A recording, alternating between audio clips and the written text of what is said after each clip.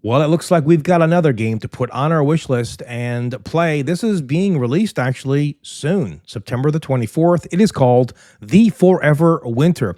Now, what is this exactly? Well, it is a cooperative tactical survival horror shooter game that's developed by Fundog Studios. It's set in a post apocalyptic world where players must fight for survival against hordes of enemies and giant war machines. Team up with your friends to survive a harsh winter and battle against enemies. Use strategy and teamwork to overcome challenges and complete objectives. Experience intense fear and suspense as you face terrifying enemies and dangerous environments. Also, gather resources to craft weapons, armor, and other essential items. As well, there is a multiplayer mode. You can go online and compete against apparently other players. So you can do single player, awesome, and you can also do co-op, and apparently you can do some kind of online gameplay. This, I just, it's amazing. Like, I'm pretty much on top of all this stuff, but sometimes these games come from left field, and I'm like, what is this? Because this looks amazing, and I didn't know about this. So yeah, in a couple of weeks, this is going to be released. And like I say, I've got so many games on my list to play through. It's crazy. And a lot of them need like 200 or 300 hours to play through. I mean, I'm playing Icarus right now. If you haven't heard of Icarus, check it out. If you like survival games and grinding and stuff. I mean, I like grinding and I don't like grinding. I like to go into a game and not grind sometimes, but sometimes it's nice to, it's just, I don't know, something about Icarus that's very rewarding and peaceful and calming. And I don't know what it is about Icarus, but it's my favorite game at the moment.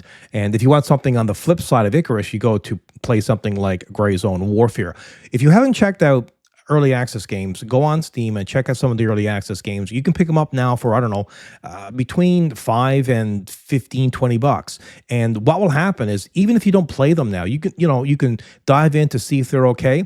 And if you go in there and they're not okay and you don't want to play them, that's fine. Just sit on it, right? Don't refund it. Sit on it. If you think it's going to be good, sit on it.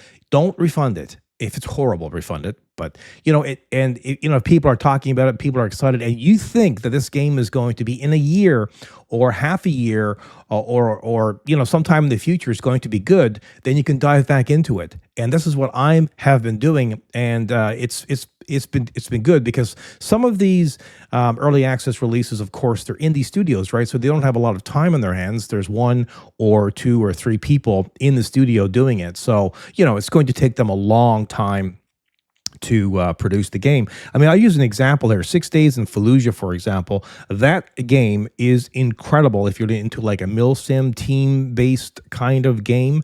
And they're trying to implement now AI teammates and stuff in that particular game. And, I see the comments on Steam and stuff, and people are really frustrated with them. And I get that. But if you're a small team and if you're trying to get it right, go ahead and get it right and release it when it's finished. But there's so many games like, Dead Side, Mist Survival, MIST Survival.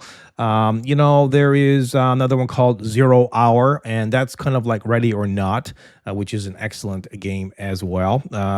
So Green Hell is another one. The Front. I mean, there are tons and tons and tons of games to play. Don't forget Sons of the Forest. There's another one, a game, Humanities. So just check around. You'll find something to play. And I'm looking forward to also, I played through Dying Light 1 and 2. I'm looking forward to Dying Light The Beast. So that's going to be interesting when it's released as well. So yeah, I mean, gaming in 2024, it's been good.